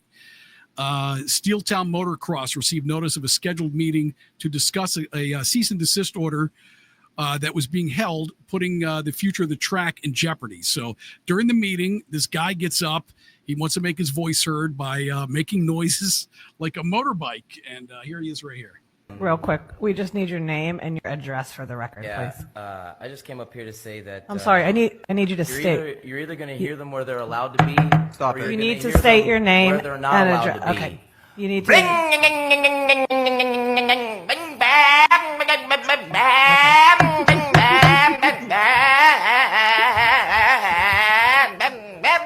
Watch him ride around. Oh my God. Is this real, you think, or performance art? It actually happened, yeah. Oh my God, that's hilarious. What was he there for originally? He was there to, I guess, defend the motocross track and make sure it wasn't shut down due to noise. God, that's hilarious. Yeah. I don't know how successful that approach would be, but we all know a guy that would probably do that. I think his consulting firm shut down the next day, man. Talk about bad ideas, Clyde. Here's another bad idea. There's there's a lot of parts to the story too. There's a man's dog pooped on a neighbor's lawn, and she pulled out a gun on him. Okay, so a woman in Nashville, Jennifer Evans, she was arrested last week. She pulled a gun on a man who allowed his dog to poop on her lawn. Another poop shooting, live at 11. Yeah. I get that part of it. He didn't clean it up, so she pointed the gun at this guy. Turns out this guy is a 60-year-old man with disabilities and a cane. Was he pooping or the dog? Good question. We don't know the answer to that. But he was walking his Chihuahua named Mrs. Flirt. And for what it's worth, Steve, these fucking dog people. The man may also be homeless. It's unclear if this had been an ongoing issue or if this was just a one-time reaction. Not that it matters, but she is now facing several charges, including assault of an officer because she went nuts on these guys. Nobody was hurt, though, apparently. Not even Mrs. I mean, it's the Chihuahua, poop. Mrs. It's Flirt. Chihuahua poop. Yeah, yeah, right. Bird shit is bigger than Chihuahua shit. I get the anger though. You don't want somebody pooping on you, especially if they don't clean it up. I don't even see it. It was a Chihuahua. Yeah, I'm with Steve. Like, come on. It's not Mastiff. That's why. Listen, I've always said if you don't live on a farm or have an acre, I don't know. Maybe I'm wrong. It's nature, isn't it? I suppose I get back into the yeah, of course. But I'm just saying, like, why would you want to own a big dog if you live in a townhouse or something? That just always, I never understood it. Maybe I'm wrong, but it's just weird to me. Did you ever have big dogs in a little house? I had a 230-pound Mastiff. Wow. I had a little house. I did at the end, but no, but you know what? When they get older, they don't do anything but lay down. They lay down. They don't like to, matter of fact, if I walked across I had 20 acres. 12 acres. I walked across the field. He would go until he could not see the house. They turn around and go back to the house. He would not walk out of sight of the house. Nobody broke into your house, though. That's the that dog had trauma issues, man. He would be in the basement. He would snore, and we would think a truck was in the driveway. That loud, huh? Yeah, because those dogs are amazing. Was it awesome. kind? Wonderful. Birds would land on him. Cats would lick him. He was the most. I love that. Wow. Yeah. I mean, those dogs used to protect entire villages in China. My God. Right? I mean, but he was protective. Like my neighbor came over, talked to my ex-wife, and he would walk. Now I wish she would just dog would hate her, but he would walk between them. Yeah, and sit there and stare at her. Yeah. Wow. Yeah, that's amazing. Yeah. We good? Yeah. That's the facts, Matt. Let's get right into it, man. Let's do the music. Why not? Let's do it, Matt. What do you got to do? All right, brought to you by Hammer Jokes. Let's do it. Hey, Baltimore, are you ready to laugh? Well, come see me at the brand new Hammer Jokes Comedy Club, located in the Bowman Restaurant on Harford Road in Kearney, Maryland. I'm going to be there for the grand opening weekend, October 3rd and 4th. Hammer Jokes is a brand new comedy club committed to uncensored live comedy. It's what comedy was always supposed to be. Join us October 3rd and 4th at the brand new Hammer Jokes Comedy Club, featuring me opening weekend. I hope to see you there. Tickets on sale soon. Look out for details. Excited. First week of October, we kick it off. I'll be performing. Tickets on sale early September. Really excited about it. And Mick, how'd you come up with the idea for the logo? You know, it's interesting. I saw that when I forget the band. Really? There was it's really creative. I appreciate it. I think the logo is cool. You got great vision, man. Thank you, Steve. I appreciate it. I'm really interested to see how this all ends out. I don't mean it as an insult to anyone, and it honestly is endearing to me. And I named it that because in tribute. It's Hammerjacks was a huge part of my life, and it's a comedy club, and now it's a joke. That's you saying it. By the way, it was right for how many years we talked about it? Hold on, became a joke. You were involved in that. I was involved in that joke. Do you still speak to anyone involved with that? I love Andy. Andy's a nice guy. Andy's a good dude. Nice guy. But the other guy, do you speak at all? Don Quixote? Enough said. Moving on. Let's do some music. All right. Well, let the hate begin, guys. Yeah. The big story of the day: Taylor Swift, Travis Kelce, engaged. Oh, finally. God. Another song's coming. Now I can finally pleasure myself knowing she's not holding out for me as a virgin. Yes. The two started dating in summer of 2023, and it went public that September when Taylor attended her first Kansas City Chiefs game. Rumors of an engagement have been swirling for a few weeks following her appearance on New Heights, the podcast Travis hosts with his brother Jason. The engagement ring, I know you guys are wondering, it's a square oval diamond known as an old mine cut in a gold bezel setting, and it was designed by Kindred Lubick of Artifacts Fine Jewelry. Did it list a price or a size of the diamond? No, I know you guys have no idea what that means. Just I don't. I just know that mine cut. I knew, but that's really awesome. Me too. But I will say this: whatever he paid, it's too much. That ain't gonna last 5 years. Well, I mean, she's famous for writing breakup songs for her entire career. Yes, there's other songs coming. There's gonna be some awesome tight end chief bullshit songs coming. Well, I wish him well. I'm actually not a Taylor hater. I'm not either. Too many people like badmouth her, and I think she's an amazing superstar. I think it's phenomenal it's songwriter. Punk rock what she did with her albums, and I got nothing but respect for her. I wish her nothing but success and happiness. I mean, she's way too tall for me to find attractive. And I'm serious. Like, women that tall and long, like, I've never been attracted to women like that. I guess being 5'3" might have something to do with that. Same here. Yeah, but at the same time, I think she's very pretty, and I think she's a phenomenal phenomenal artist. Yeah, I really do. And I think she's a good person. Man. I do she's too. good to people. I and do good to too. her fans. Yeah, I think so too. Yeah. I wish she would have stayed out of politics and not made that dumbass statement. But I get it. Everybody was under pressure that year. I did a show with her at a high school. Are you serious? Really? Early on then. Yeah, she was big. She was still country then, I guess, right? I can't remember if she went to the school or they won some kind of Where contest. was it? Virginia. I think, where is she? She's from Virginia. Then maybe it was her high school. I don't know. Is she? No, she's not from Virginia, is she? I thought. Is she from Nashville? No, she broke in Nashville. All right, let's. It was a high school. I don't know if she went there or whether they. I don't know either. Whether they wrote a letter and she decided. I remember I thought she was from somewhere like very normal, like Virginia. What's not normal? Well, like Nashville or L.A. or Detroit. She's from Reading, West Reading, Pennsylvania. Okay, I knew it was somewhere normal. Definitely, I don't think it was Pennsylvania. I thought it was Virginia. I don't know. But it was high school. Yeah, you don't even know the names of the people in your own stories. No, Shut up, Steve. I'll tell you what you have to say. I can hide my Easter eggs. I can hide my own Easter eggs. That's hilarious. Yeah. I've never heard that line all the years. I've got OnStar for seniors in my car. Do I like peas? Yes, you like peas. Oh, man. So, Mick, you'll love this. Green Day's movie premiere date is now out. It's called New Year's Rev. It's a coming-of-age comedy directed by Lee Kirk. I feel like we should do another premiere. The film will debut at the Toronto International Film Festival on September 12th, with tickets already sold out. The band describes the movie as a wild road trip comedy about a garage band opening for Green Day, featuring familiar faces and packed with mischief. It's a mockumentary? No, it's a comedy, actually. It's a comedy movie. Kind of like, what's the Kiss movie? I love the movie. Kiss Meets the Phantom. No. I'm talking about the one where the kids are trying to get to the Kiss concert. Oh, Detroit Rock City. Detroit Rock City. It's fucking great movie. It's kind of a movie, I guess, similar to that, except it's a band opening on the road, opening for Green Day. Hey, did you ever see the movie, either one of you, Made in Australia, about the guys that go on a pilgrimage to go to where Bon Scott was born? No, and they get all the way to Australia, AC/DC. They get to the hometown, and they find out that Bon Scott was buried in Scotland.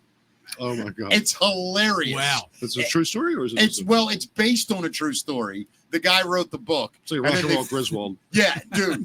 They get to Scotland, to Australia, and the guy's like, he's in Scotland. We're here for to find the Bon Scott Memorial, and the guy goes, in that Australian, well, you're about, half a world away, mate.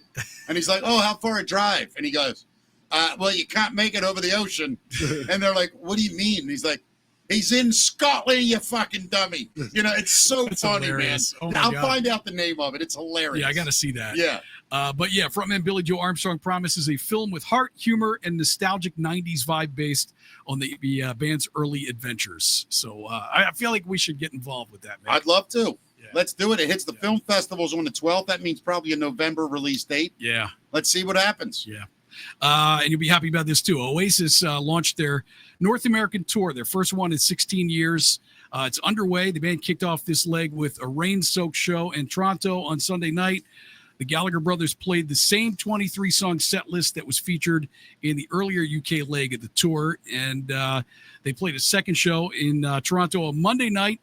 Next show is scheduled for this Thursday, August 28th in Chicago. And I know the closest one for us, where we're located in Maryland, is going to be East Rutherford, New Jersey. They're saying that some tickets could become available for that show. It's been sold out forever.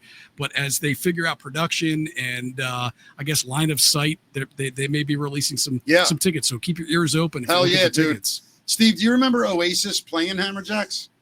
Very late. It was after the club side had been Louie Louie's, and we were just running concerts. Yeah, it was probably Seth brought that in. It was Seth. Yeah. God, I didn't even know they played Hammerjacks. Yeah. Wow. And I think 95. 94, 95. Yeah, that makes sense. Right when they're right near the end. Yeah. And I remember thinking to myself, holy shit, I've been a huge Oasis fan. And I didn't get to go because I had to work. But everybody that went said it was amazing. And yeah, but you were probably not doing it then. Seth probably brought it. I was there, but I wasn't. Yeah, you weren't involved with it. Right, yeah. Yeah, you were kind of opening the door and pointing at that point. Yeah. What year did Hammerjacks close? It was right around there, right? Well, it was 94, and then it reopened on Guilford later. But 94, the concert hall basically was done. Yeah. So it was all that transition happened overnight. Yep. That was on New Year's with. God, I don't remember it coming back. That's you interesting. don't because it came back at Guilford. Right. It opened. What was that? Okay. 97, 98. Probably. That was later than that. There was a couple years after he had a capital gains issue. He had to spend some money. So right. Yeah. That's gotcha.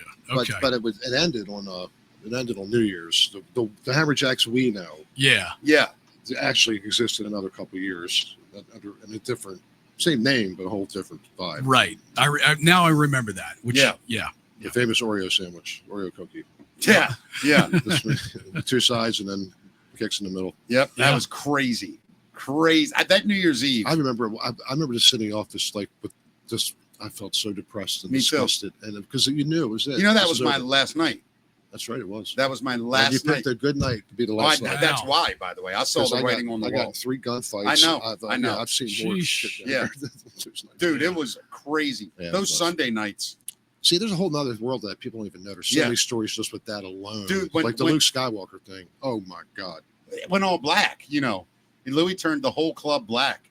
Frank Ski, who was a massive radio talent. Well, that's where all the money ended up being, was in dance clubs. Well, Louis had even that. They had no place. The black market didn't have a place to go. In Baltimore. It was all shit. Right. And it was a nice place to go. And they would pay money to get in and get nothing in return. So you couldn't do cover charges then. And we were getting $20 a head and giving them nothing but water and soda from the bar. That's good money. Yeah. That's good money. Honestly, we had less problems. Had no more lawsuits. Zero. Zero. Yeah. Interesting. About we had one lawsuit in 3 years. That's because there's a code of honor in the streets. Now, outside was a different story. Outside was Wild West. Dude. I literally walked in the middle of one gunfight, and I didn't have my gun, which is unusual. But luckily, they're shooting sideways, that kind of thing. They could have brought up a barn. And then another time, I hit underneath the pickup as a guy's capping rounds off at people. And I am literally, his feet are right where my face is underneath the truck. And he's just shooting at people. And I said, please don't look under here. And another time, I chased a guy across the parking lot with a gun. I had a gun that night. And he had a gun, but he was running. And he popped the trunk of his car to get something out. And then 2 cops caught up with me. Thank God they knew I wasn't the guy. But yeah, I mean, Hammerjacks was only ever, a couple blocks from Sketchy Town, always, right? Yeah. I mean, I'll tell you what, though, Steve, during the rock years, we never had an issue with the neighbors.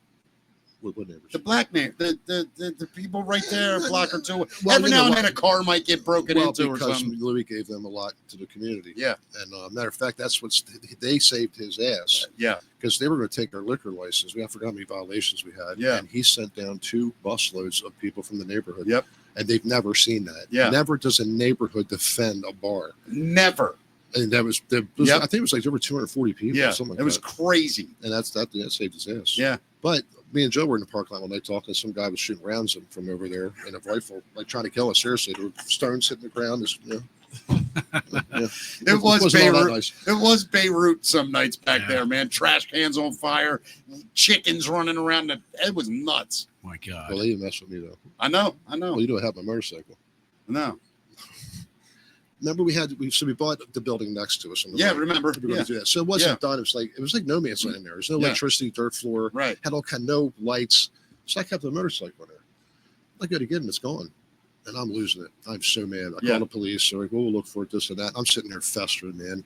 And I'm like, yeah, this is a true story. I shouldn't have done it. But it's like 2 in the afternoon. I jumped in my truck with my 9. And the first dude I see walking across that park behind there, I jump out of the truck, throw him against a tree, put the gun in his ear. I said, I'm missing my motorcycle. I bet you know where it is. He goes, right there, corner house, underneath the thing, right there, corner house.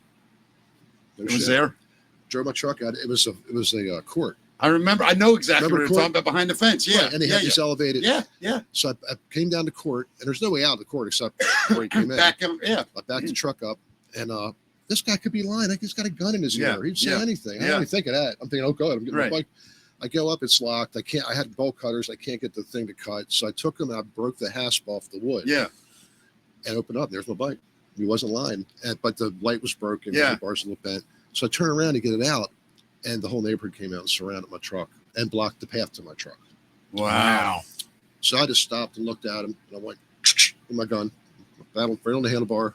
And they just spread like the Red Sea. Put the bike in. I'd left. So the next day, all the cleanup Jesus, the balls it takes. So the last, I feel like Clint Eastwood was awesome. Yeah. But the next day, the cleanup guys come in and go, man, everybody talking about you. They said you were a crazy white motherfucker. Nobody gonna mess with you now. Whole neighbor's talking about you. I said, good. That's the only thing I think black people fear in white people is crazy. Crazy, Yeah. absolutely. If you're crazy, Absolutely, they run the man. fuck The away. hood, the hood don't like crazy. No, they don't. Not white crazy. Yeah, it's hilarious. What else we got, buddy? So Ringo Starr and his all-star band run next month at the Venetian in Las Vegas. It'll be more than just the music, though. In conjunction with the residency, an exhibit of his artwork, Star Art, will be happening out there on display at the Animazing Gallery in the hotel's Grand Canal Shops. It's going to run from September 5th to October 15th. He'll be performing there the 17th of September through the 27th. But this is his collection of spin art. He says, I loved spin art the first time I saw it. I saw a video of some kids doing it, and I thought I'm going to try that. And he started with a small canvas, and now he's working on huge ones. You can see his spin art there. How old is he? 82, I think. Yeah.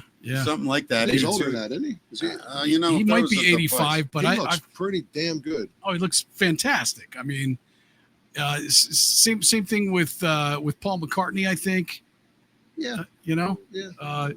Mick Jagger looks fantastic. A lot of those guys, you're shocked. William Shatner still got it for everybody. Yeah. Was he 92? Yeah. Did he just die? No. William Shatner? No, he's alive, right? Ringo is 85. Yeah. In July. I love Shatner, though. You a Well, Shatner some of my fan? ring on. Dude, love him. He looks great. Incredible. Same. He's 93. Yeah. Peace and love. I got to meet him. He's friends with, I'm a guy that helped me produce my sitcom pilot, was good friends with him. And what a cool dude. Is he the cool dude? Oh, dude, that's Really? exactly what he's like talking Really? to. Yeah, I was talking, and he goes, I'm trying to remember. Oh, we were talking about soccer. Mickey. Yeah, Yes. well, we were talking about soccer of all things. He happens to like soccer. And we were talking about it, and he goes, I remember the first time I went to Liverpool. It was amazing. The crowd is singing, people dancing. Like you can't not listen to him talk. But the greatest thing is his thing with the Rocket Man. You ever seen Rocket Man?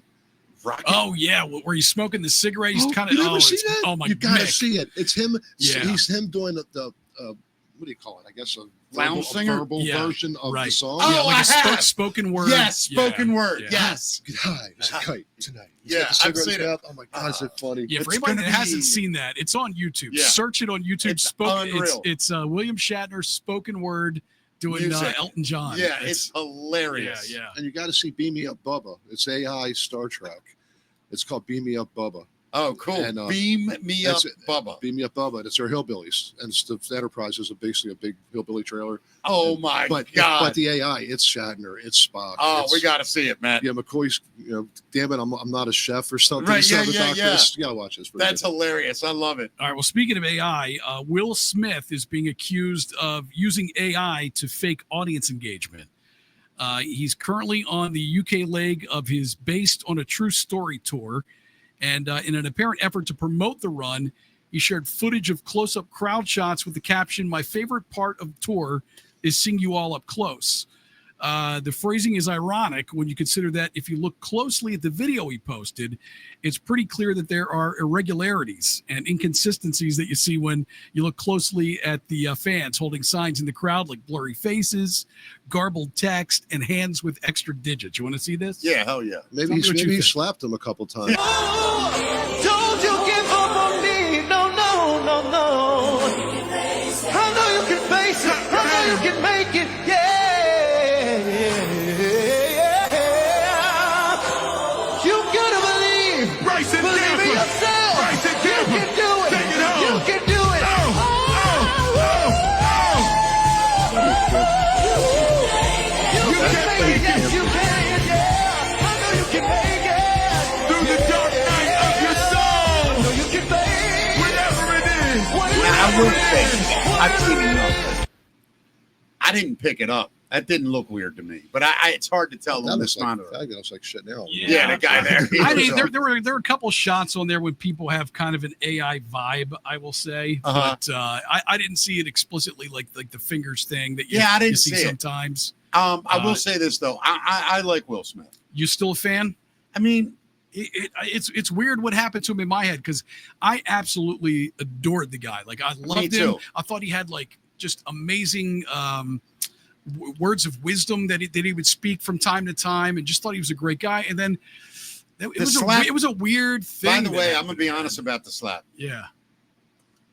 It didn't bother me the way it bothered other people. No, it bothered me the fact that he sat there and took the slap and didn't back. Chris, yeah, that's about it. I understand that too, but here's the part I didn't really, as a man, I understood it. I think his wife, if I have to be honest, and I don't know this. Look, he was on TV hosting a television show too. No, I'm talking about Will Smith. Oh yeah, I'm saying his wife has got to be, and she's a Baltimore girl. I want to root for her. No. But I think she's batshit crazy. I've met them both. Me too. I have. And I did a big thing in Philly. I was the everything for it, which is a nice. Was it her metal band? No. This was Jay-Z, DMX. Oh, Jesus. 3 other acts. It was at the Spectrum before it closed. No tour manager. I had to bring them in limos. I had no points of contact. Everything was on everything. It was a nightmare. And that's a whole other story. But Jay-Z took the limo and decided he wanted to have dinner with his wife somewhere or girlfriend or whatever, and they were an hour and a half late. I have no music playing. I got the place. Yeah, but in the black world, that's not really an hour and a half late. You understand? No, but when there's an hour and a half of dead air, that's called CPT. Yes, no, it wasn't. It's colored people time. But we don't. That's what they used to call it, CPT. Yeah, I get it. I'm not racist. Yeah, I'm really not, honestly. So I got all this dead air. I get a lot of fights, it's getting up. You can feel the vibe. Yeah. And Will Smith comes in the back to his Philly. He comes in with Jada Pinkett. Yeah. And I'm like, hey, man, would you go on stage and do anything? Dance, sing, talk? Right. I don't care. And he goes, yeah, absolutely. I'm like, hell yeah. And she goes, oh, no, you ain't. You ain't going up in there. Going to be a ride up in this bitch. Yeah, I think she's batshit crazy. No, she won't let him go up. And I think that she hates Chris Rock because he made fun of her. And he had asked her out years ago, and she turned him down. And I think Chris has an issue with it. Well, she had hair then. Yeah. And then when he made that joke, I think I think she was in his ass. Yeah, I do. I understand that they're not like really married anyway, right? Exactly. Yeah, it was weird, but I mean, I just think stuff was bizarre with him at that time too. Man, I think he's a good man, and I think he cracked under the pressure of Hollywood. I do. It was a bad crack, though. I mean, it was just horrible. Yeah. It but was, it was super awkward, and it was on live television. Sometimes I wonder they don't stage this stuff. It's a lot of publicity, man. All of a sudden, everybody's talking about it. Well, you got to wonder why nobody asked him to leave. Then he won an award, and he gave that weird speech, and he was crying. So and, weird, you know. Man. Yeah, that stuff always seems to happen on like an Oscar grant. It's got to be something controversial, right? You know. Yeah, now you're going to watch it next year. What's going to happen this year? You know. Well, that's because they're boring as shit unless they let funny people. Like I've been waiting for a nipple slip for how many years? Yeah, I know. It's like goddamn Janet started this trend, and nobody followed it up. I still love Janet for that moment. Yeah. So, guys, we were talking about Little Nas X last week on Friday. Bastard. He got locked up. He did. He's been charged with 4 felonies. If you missed the hey, sashaying around L.A. Where at? It's legal. No, go ahead, babe. No, I need that outfit. No. I would wear that, man. Go ahead, babe. That needs the contrast. I'll wear it in black, no doubt. I might not fill it out as well. No, you're a Milton Berle. I'm not. Stop. Stop. We go there. Yeah, the rapper whose legal name is Montero Lamar Hill. He was arrested early Friday morning after officers found him walking naked on the street. They say he charged responding officers, but was subdued and taken to a local hospital for suspicion of a possible overdose before being taken to jail. He pleaded not guilty on Monday afternoon, but I don't know how you could have arrested the guy. Look at him. What's the charge? It's fabulous. That's what I'm saying. What's the charge? Being fabulous. Public fabulousness. And look, you can't hit a cop, but you know he hit him like this. Yeah, you know. Stop it. I'm Lil Nas X. Look at me. I sashay. Other brothers doing the Dougie. I'm sashaying around this bitch. Show me how to Dougie. Look at that. I wish I had the confidence to walk like that. God damn. That's going to be a beautiful just sunrise. A strut. I mean, I wish we had video of the night in jail. Let me tell you something. If I like have that video, if I was into men and black men in particular, he'd have a shot, man. He looks good. Don't miss the party tonight. Why are you still here? It's your type, huh? Well, no, that's the problem. If he was my type, I'd give it a shot, but he needs a vagina and, some other things done. Yeah, but other than that, I love the walk. I wish him well. God, every time I see you up here, you look like, oh my God, leaving Las Vegas. What's his name? Johnny Depp? No, Nope, kidding. Nope. Nicolas Cage? Nope. Maybe it's not leaving Las Vegas. Well, He was kind of like Jack Nicholson. Same kind of. Christian Slater. I've heard that. I'm being Slater a lot. Yeah, I've gotten that many times in my life. Right there. You got a certain way you look. And I used to be able to do the voice incredible, but I can't. I can do old Jack now. I used to be able to do young. My voice has changed. Yeah. And now I can't do it as well, but I used to be able to do it. You're still good Jack, man. I do an old Jack, like Jack now. Right. But by the way, one of the greatest quotes in the history of showbiz is Jack walks out of a restaurant and there's 50 paparazzi. And the girl he's with is about 24. He's probably in his 60s, maybe 70s. And this paparazzi says, "Jack, is that your granddaughter?"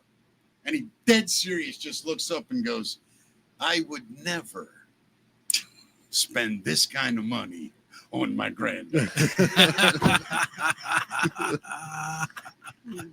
And I thought, that is the funniest thing. Yeah. And then he said, the reporter asked him, "So Jack, what do you have planned for the rest of the night?" And it was like 8:00 at night, right? And he goes, trying to remember, he goes, something to the effect of, "Well, normally I'm in bed by 11. Tonight, however, I might stay up late. 11:20 is looking pretty good." Just shit like that.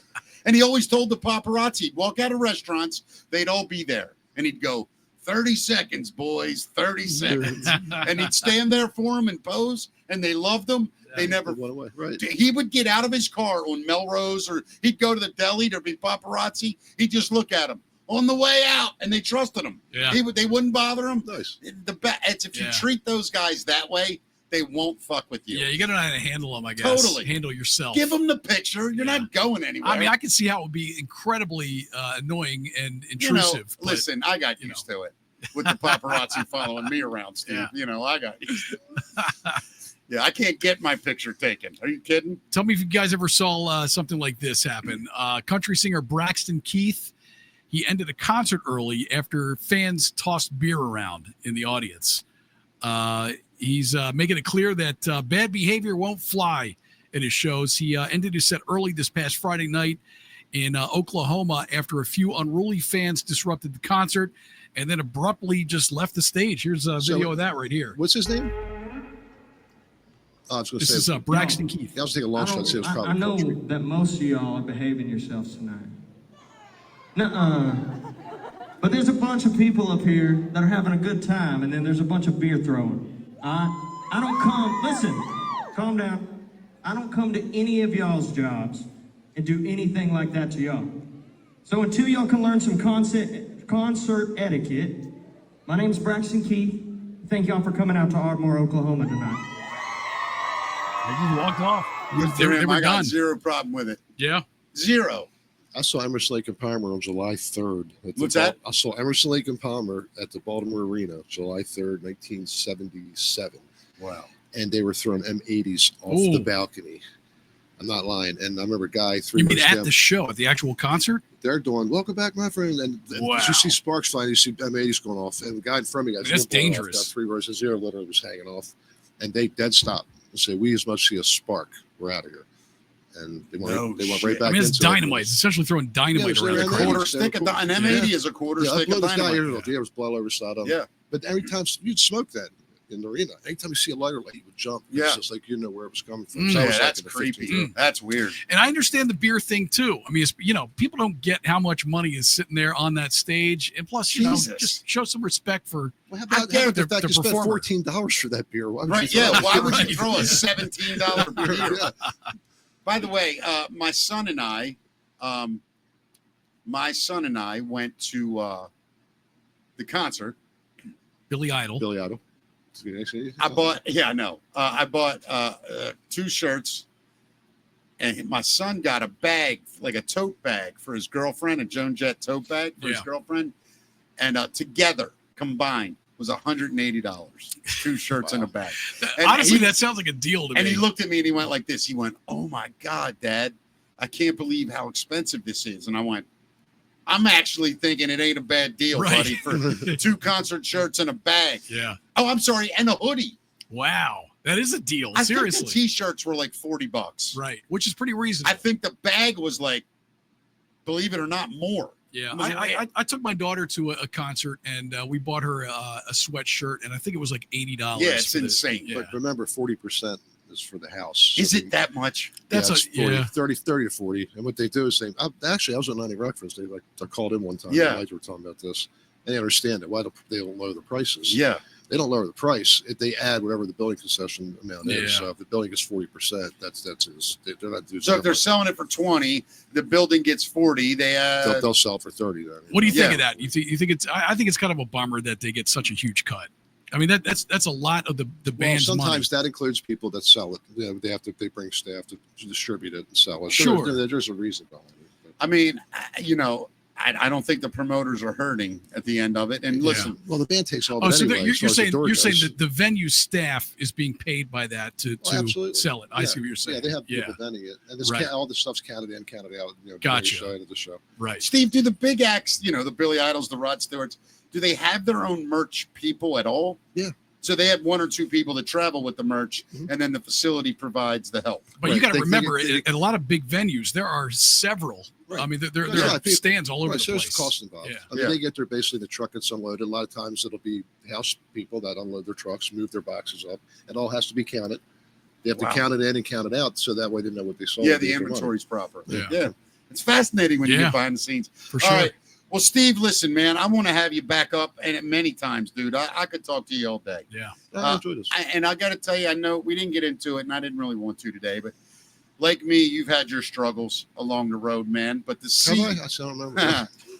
to see you doing so good, and just see you happy, man. You've been one of the great people I've ever met in my life. Stop it. No, I'm dead serious, Steve. Thank you. A lot of times when you're somebody like what we do for a living, there's a lot of fleeting, pointless relationships you make. Well, you understand one thing, and I'm sure you're a celebrity. Sure. And then when that goes away, how quick your phone stops ringing. It's unreal. Everybody's your friend. It's like being a drug dealer. Dude, for 10 years, I heard from about 4 people. I know. Now my phone doesn't stop ringing. And I'm not mad. I'm not mad. I'm not mad either, but it hurts. It teaches you in life stings. that you know who friends are and who friends aren't. Bingo. And I remember that's one thing when Hammerjacks, when I stopped that, Yeah. I was surprised. Like, oh, I don't have any friends. nobody calls me. Isn't it crazy? Mm. Yeah. No, so believe me. seriously. And I came Like you, man. I tried calling you for years, man. Well, I was so now you, were I know. you were too big celebrity. Yeah, right. What the fuck ever. Shut up, you dick. Anyway, you're never coming back, you asshole. dude, I for whatever reason, man, Steve, I just love you. I think the world of you. Brother. I feel like we fought wars together, and you know what I mean. Yep. And we got through it, and to see you healthy and good. Well, same here, brother. I'm glad to see you. I haven't seen you for years. I know. And I always thought about you. Me too, man. That you look great. And you look good, son of a bitch. You should have been dead by now. Oh, and you look fantastic. I did not plan on this. Yeah. I plan on dying around 45, so I'm screwed financially. I'll be working every day until they put me out I'm going to do it if I have money. Yeah. I don't care. I'm working. Yeah, me too. All right. I love you, buddy. Love you too, brother. We'll spend more time together, man. You're one of the greats. Thank you so much. And Matt, we're back tomorrow. Yes, sir. And by the way, I booked a guest today. I didn't book him, but I guaranteed the spot. Spencer from The Magician. Spencer? For tomorrow? Yeah, no, he can't make tomorrow, I don't think. But Spencer, who I adore. Yeah. And what a great story he is. And Illusions, his place down in South Baltimore. He's going to be coming up shortly on the show. That's going to be fun. And a lot going on. And I'll be at Give a Hoot Comedy Club this Friday and Saturday in Gaithersburg. Please come down. Go to Give a Hoot Comedy Club for tickets, and we'll see everybody tomorrow at 5. Well, let's remind people that we have our Spinal Tap 2 premiere coming up. It's our thank you to everybody that is listening and has supported us, all of our sponsors. You can get tickets for the great price of free. All you have to do is email us. It's mickeytalkspod@gmail.com. Put Spinal Tap 2 in the subject line. Give us your name, and we'll get you 2 tickets. September 11th, Never Never is going to open, then we've got the movie. And it's going to be a good time. So, and it's amazing right here, Flagship Cinemas, and yes, I put a piece of gum back in my mouth. I apologize, but it was under the table. I pulled it off the bottom, put it there yesterday, but I have a terrible cotton mouth all day. Yeah, you got it too, Steve. Yeah, that's what I'm like. Yeah. So anyway, yeah, it's going to be a great event, Matt, and we're looking. All the forward info's to it. in the description. Yep. So, yeah. Everybody, thank you. We'll see you tomorrow at 5. We love you. Thank you for watching. See you guys.